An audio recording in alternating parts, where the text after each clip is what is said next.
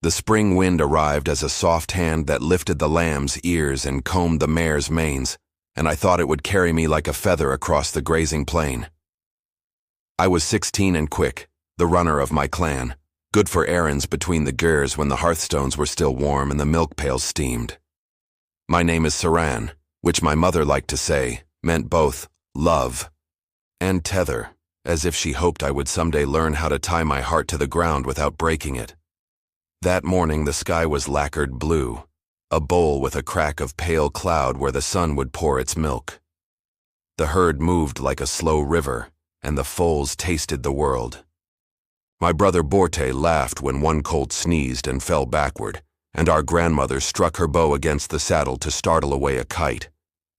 We were a small camp, 3 gers, 5 families, a thin line of smoke in the ocean of grass. In the far distance, as if stitched to the rim of the world, a caravan slid along, low silhouettes, camels with heads like candles, riders like crows. Traders, my uncle said. Salt and silk, keep the dogs close. Traders were wind. They came and went, leaving behind combs carved of bone, mirror shards, and rumors. I knew the shape of rumor. It was light as a blue thread, and heavier than iron once looped around the throat. Rumor said that south of the Salt Lakes a warlord was gathering boys. Rumor said that west of the Black River, men with eyes like snow bought girls for gold and threw bracelets on them like reins. I ran to the ridge and squinted at the caravan. Their banners were sun-bleached and colorless, but I could tell by the camels, saddles, that they did not belong to any tribe I knew. I meant to be prudent, to be the girl my mother raised, who could braid a rope without thinking, and could watch the horses' ears for what the wind could not say. But the day was clean, and I felt taller than my own shadow. So I ran farther, where the grass thickened and old gopher mounds lifted like little graves. There is a moment, a thin, bright thing, when the future turns like a deer's ear. I had that moment and stepped past it. A rider detached from the caravan and rode with a lazy curve toward the hills. I crouched, though there was nothing to crouch behind except grass. He did not hurry. He moved like someone who had always arrived where he wanted. His horse was black and glossy, and his saddlecloth held a little square of red that a woman had embroidered, or perhaps a girl who didn't know yet the price of red. I should have turned back. I should have been a small wind and run to my grandmother with the alarm. But the rider lifted his hand in greeting, and I, who had never had reason to fear a hand, lifted mine back. "Girl of the plains," he called, when he was near enough that I could see the gold thread in his collar. "My name is Emre. We are thirsty people. Will your clan share water?" His tongue was local but smoothed by travel, like a pebble in a stream. He had a smile that did not reach his eyes. He was older than me by years I could not count, though not many. His hair shone with oil, and his brows were sharp. On his belt were charms of bone and 3 rings, a wealth for any traveler who wasn't a thief. I tell you this because a man's hands tell you what he's done. Emre's hands were not bruised by rope or stained by dye. They were someone else's hands, someone who commanded, not hauled. "We have water," I said. "The river is at the foot of the ridge." "Not river water," he replied mildly. "River water is for horses. We want the kind that boiled this morning over mare's dung, the kind that tastes like the throat of home." I smiled despite myself. "Then you want tea," I said. "We do not sell tea, Emre. We give it, if we like a man's face." "And do you?" he asked, his gaze skipping over me like a swallow. I don't know what answer I would have made, because at that moment another rider appeared, this one my age or nearly. He had a horse that moved like quiet, a dapple gray. In his hair was a leather thong with 3 beads of blue glass. His face was open and watchful. When he saw me, he lifted his chin. Not like a man, not like a boy wanting to be one, but like a companion who understood that meetings have to be gently held, or they break. "This is Arslan," Emre said carelessly. "He counts the tents so we do not misplace people. He sings to the camels when they won't sleep." Arslan said nothing, but he smiled, and his smile was like a shadow cast by a heron across clear water, cool and fleeting. "What do you trade?" I asked, surprising myself. Glass beads, bolts of fine weave, salt and white bricks, Emre replied. Stories, a little medicine for a fever. We trade what people want to want. His eyes softened. What do you want, girl of the plains? My mother had taught me to say that I wanted what the sky wanted, and what the herd required, and what the ancestors allowed. But the truth was a bird. The truth fluttered against my ribs and wanted a hole in the world to fly through. I want to see a city with lamps hanging over the alleys, I said. I want to hear so many voices that they braid together, and you cannot tell where one starts. I want to touch cloth so thin it remembers the hand. I want to see the sea. Emre laughed, not unkindly. Then you have the heart of a road. Arslan's gaze flicked to Emre and then to me. If the wind had words, they would have been those glances. We walked toward the Gers. Emre dismounted and led his horse. Arslan followed, humming under his breath, a low tune that unknotted my shoulders. I should say, I had no experience of danger wearing the clothes of gentleness. The wolves we feared did not bother with songs. Our dogs barked. My grandmother stepped out into the light, her braid thick as rope and threaded with gray as the sky is threaded with cloud. My mother's hands were busy, as always, shelling dried peas, but her eyes were not. They went to the men, and then to me. Welcome, she said in the voice that makes strangers take off their boots. We have tea. We have nothing to sell. We buy nothing, Emre replied. We ask for a cup and rest. His bow was shallow, polite without surrender. We made a place for them, an arm's length inside the door, a bowl of curds, a cup of hot tea. Emre admired the felt of the Gir and told a story about a storm that tore the roof off a mosque in a city near the desert's edge. Arslan fed crumbs to one of our pups and listened. My grandmother asked 3 questions the way an archer looses 3 arrows. Where are you from? Who do you claim? What do you fear? Emre's answers were smooth. From the river road, the house of Bakir, only boredom. Arslan spoke only when asked, and then gently, like water that has learned how to fit its jar. Will you camp near us? My mother asked. Your women could wash at the river. We can help each other watch the herd. Emre's glance slid toward the ridge. We will pass on, he said. We have business east with horse traders, but tonight perhaps, our fires will touch the stars near yours. I liked his words. I did not know then that words can be snares if you do not ask where the stakes are set. They stayed an hour. Arslan fixed a broken pin on our door flap, and when he returned my knife he had polished it with a scrap of skin. You should oil the handle, he murmured, not meeting my eyes. It will crack from the sun. I will, I said. And then the cups were emptied, and the dogs were asleep and the men rose. Emre bowed again, and the pups lifted sleepy heads, and the world was still mine. Before he left, Arslan turned. Saran, he said, as if trying my name on his tongue for luck. Do you run at dusk? I blinked. Sometimes. I will ride near the river bend at last light, he said, to hear the night calling birds. If your feet take you that way, I would tell you a story. Emre's smile sharpened, then smoothed. Boys, my grandmother muttered under her breath, and if her bow had still been in her hands, the string would have hummed. I went anyway. Of course I did. The wind was a hand at my back, a hand I trusted. The sun slid down the edge of the sky and the gnats rose and the herd bell chimed.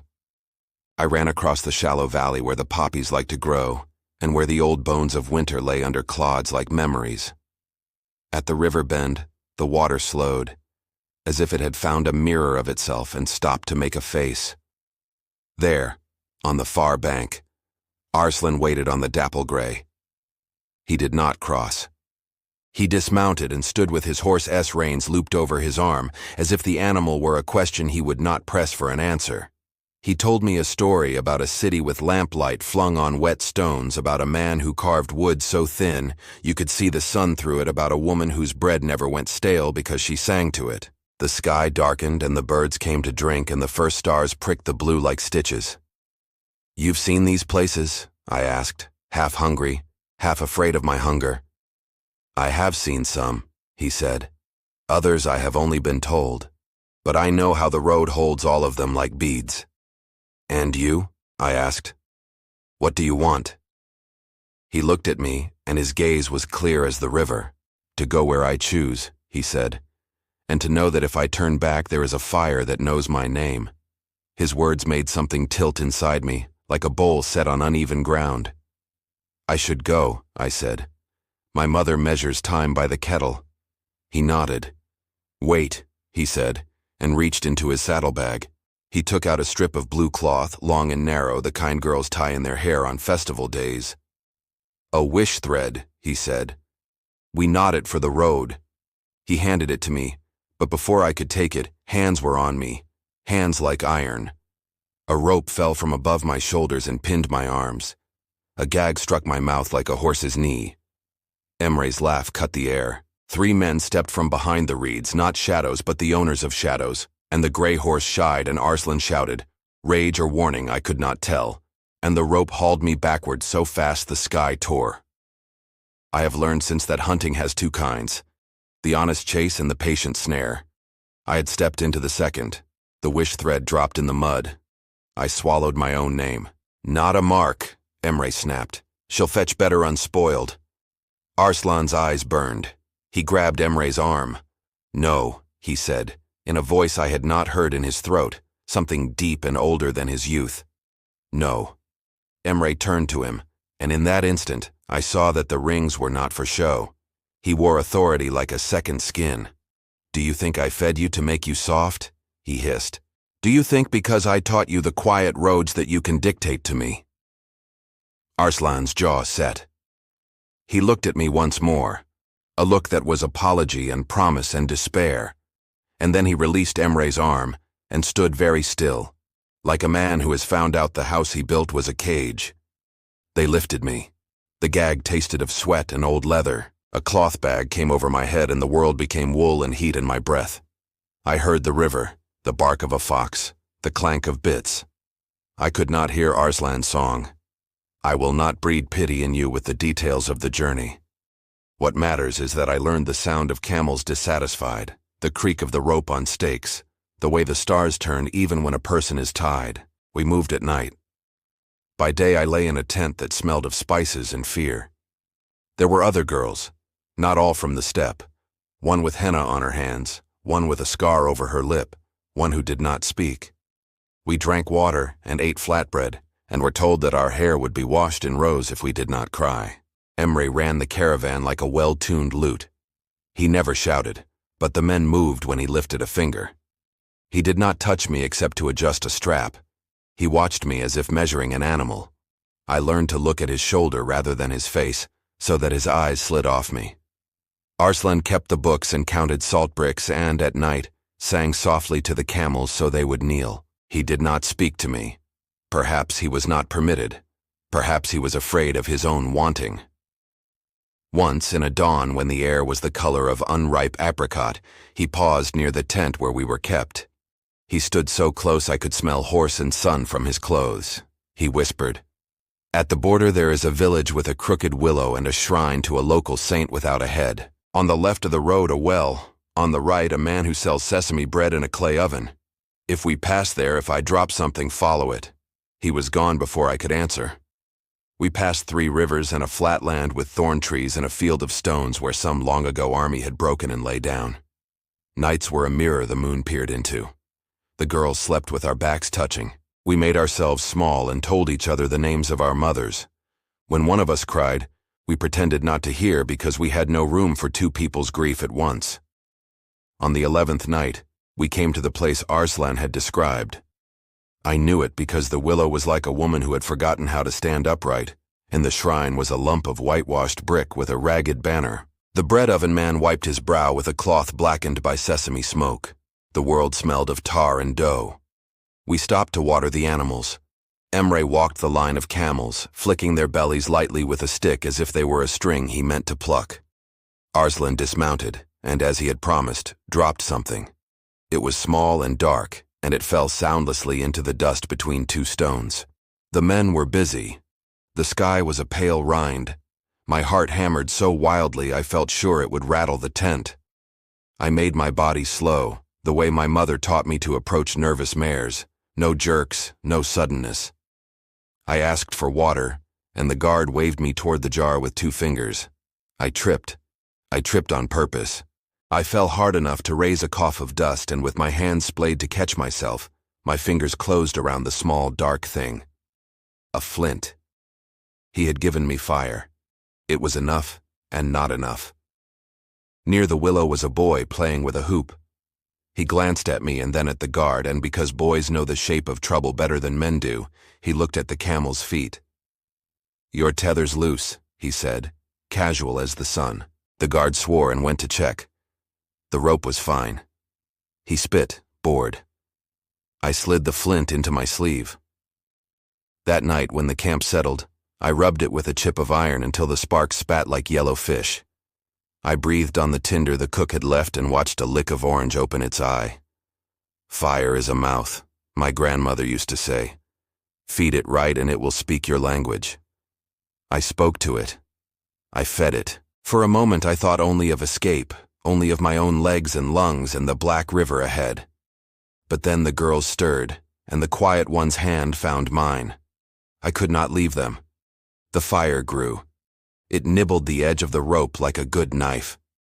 When it ate through, the rope sagged like a tired snake, and we were a handful of leaves ready to be thrown up by the wind. We ran. The night had the taste of iron. Footsteps pounded behind us. A shout went up. The camels roared.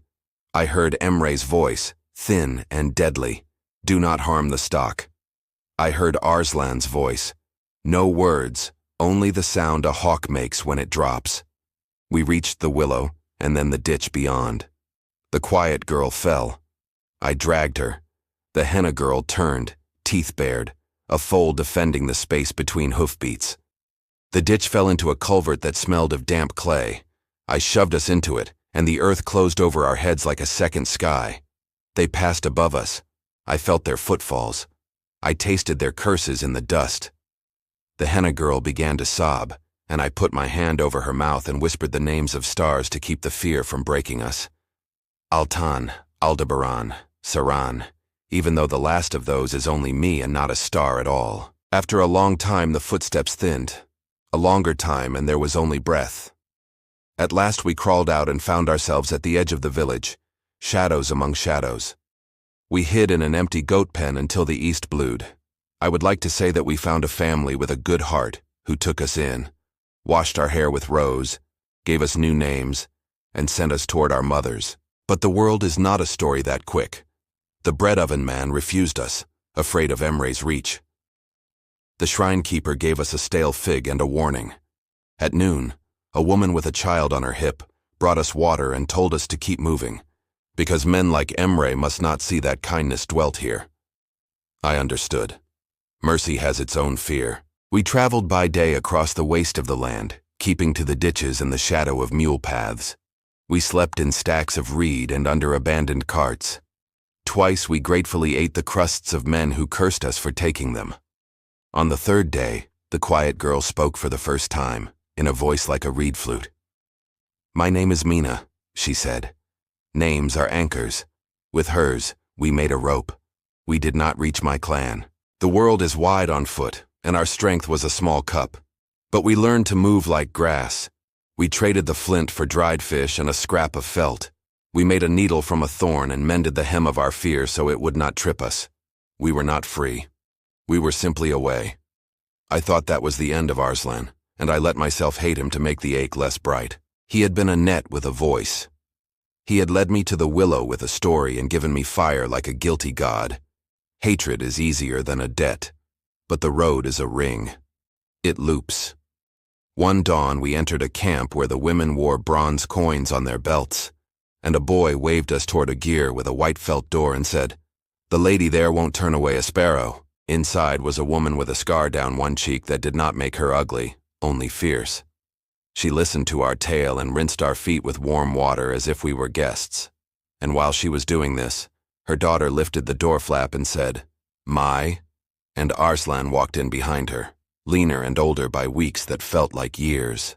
He stopped as if he had been shot. The water in the basin trembled. "Mother," he said.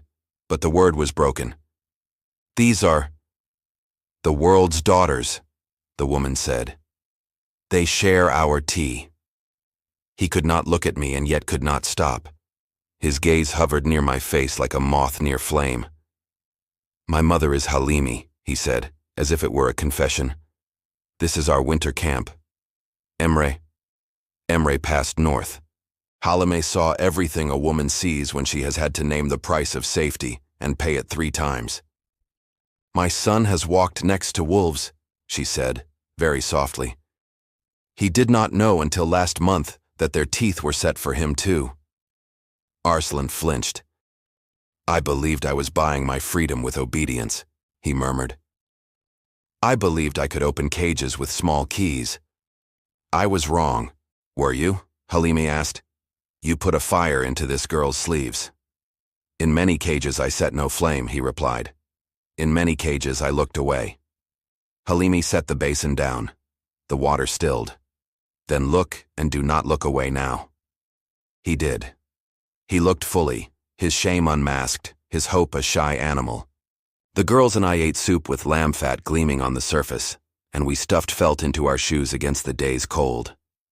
After, we slept without watching each other breathe. The world, for a few hours, was not cruel. In the afternoon, the sky curtained with cloud and the wind dragged its nails across the steppe. Arslan stood outside, hands to the horizon, as if he could mold it. I went to him because a tether can be cut and still, for a while, remember the knot. "I don't forgive you," I said. "I owed that to my own bones." He nodded. "Do not," he said. "But let me do something worth not being forgiven for." We planned. We had no army. We had no gold. We had a mother with allies and a boy who knew the quiet roads, and 3 girls who had learned that their legs were stronger than their fear.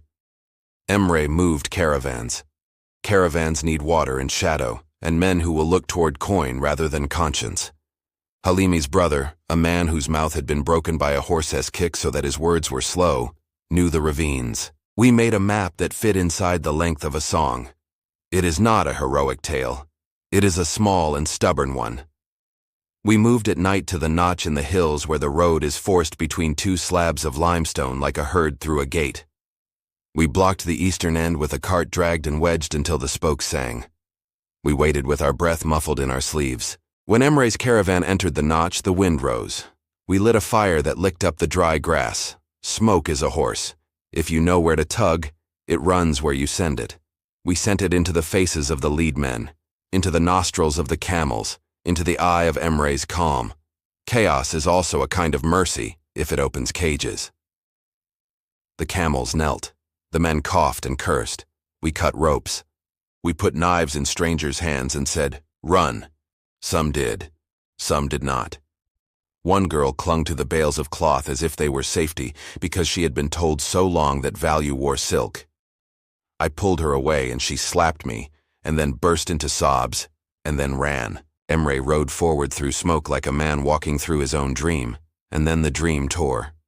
Arslan met him at the bottleneck. They did not speak aloud. Their conversation was made of history and promises, and the way a boy wants to be a good man in a world that profits from him being only useful. Emre lifted a hand, and then lowered it. He was not a fool. He saw that the ridge could be made to fall if we pried the right stone. He saw that his own men looked toward the smoke for orders, not toward his eyes. "You are a fool, son," he said, and I understood the tenderness in the insult. "The road will chew you." "Then it will learn my taste," Arslan answered, and his voice for the first time was not soft. They did not kill each other. Heroes are for songs. This was life. Emre turned his horse and backed the caravan out, not without losses, not without rage, but without our bodies. He would travel south now, perhaps, where the salt flats reflected the sky until you could not tell what was above and what was below. He would sell cloth and buy iron. He would hire boys and teach them songs. He would cover his grief with profit. We gathered those we had freed. Some wanted to return to families. Some had no families and did not yet know what wanting was. Halime's camp swelled with girls who could mend saddles and teach each other how to sleep again. I found that work was a balm that did not sting. I stitched felt into patterns that looked like wind. I learned which herbs make dreams less sharp. When men came to trade, I looked them in the hands. Arslan did not stay. He could not. The road was in him like a river. But he returned, every turn of the moon, and once he brought a bag of glass beads that threw scraps of sky on the felt rug when we spilled them. He held one up to my eye, and I looked through it, and the world was blue and oval. "I thought of the sea," he said. "I thought if I cannot carry you there, I can show you a drop." I smiled without promising him anything. I was learning to make my heart's tether a kindness to myself instead of a leash for someone else's hand. But I kept the bead, tied in a blue wish thread at the end of my braid. In the first snow, a foal was born too early, and we brought it inside the jeer, its breath a small cloud. I slept with my back against its flank and felt its ribs rise like steps. When it stood, wobbly and shining, the girls laughed, and Arslan reached out his hand toward its velvet muzzle, then drew back and let it find him. "What do you want now?" I asked him once when the snow was crust and the sky a brittle plate. "The same," he said, "to go where I choose and to have a fire to return to." He looked at me. "And to be the kind of man whose choices leave doors open behind him." "And you?" he asked. "To be the wind that the foal runs into without fear," I said. "To tie my own knot. To see the sea and not drown in someone else's depth." I pressed the bead in my palm until it left a mark. To be the river, not the rope. Spring came with its rumor and its mercy. The lambs were clumsy with joy. The girls began to sing while they worked, tunes that wove the past into something less sharp. We took in 2 boys whose faces had that empty look the caravan boys had when they counted salt too often, and were rarely counted themselves. We gave them jobs that made their hands honest. Halimi smiled, which on her face looks a little like a threat to the kind of man who deserves it. "I am 16 no longer. I am older by months that feel like decades. I keep the fire. I tie the knots that do not slip. When I run at dusk, I am not running away. I am running so the wind will remember that the steppe has daughters, and they are not only birds to be snared. Arslan's shadow sometimes crosses mine and sometimes does not. When it does, we share tea and news and make no oaths. And when it does not, I set 2 cups by the fire anyway, not out of longing, but out of respect for the road. Once, far to the east where the land begins to dip toward mountains like a bow bending to be strung, we reached a ridge and saw water, not a river, the wide burnished armor of a lake. I stood and stared until my eyes stung. It was not the sea. It was enough. The wind came off it with a taste like iron and salt. The girls splashed and shrieked. Halimi knelt and cupped the water and let it fall back through her fingers as if releasing a thought she had carried too long. "You are Saran," she said to me, "love and tether." "I am," I said, but I added my own word to the string in my secret chest. "I am also windbound, reins in my own hand, learning how to loosen them without letting go. When I sleep now, I dream not of ropes, but of roads with their small stones like a child's teeth and the way grasses bow all together when a gust hunts across them. I dream of Emre riding toward a horizon that keeps its own counsel, and I do not dream of revenge. I dream of girls with blue beads and boys with honest hands, of a dog pack trotting before a caravan that brings salt and stories and no chains. In the mornings I tie my hair with the blue thread and stand in the circle of the Jur's door and feel the world fasten around me like a cloak. Light, a little frayed, beautiful. If you ask me now what I want, I will say, to see a city where lamps hang over alleys and to return with the word for that light in my mouth to teach the foals to trust their steps. To kneel at the edge of a wide water and unbraid my hair and let the wind decide which strands to lift. I will say, to be free enough to choose gentleness. I will say, to keep a fire that knows my name and a horizon that does not. Once, late, when the moon was a cut fingernail and the herd bells were far, Arslan and I stood with our shoulders almost touching.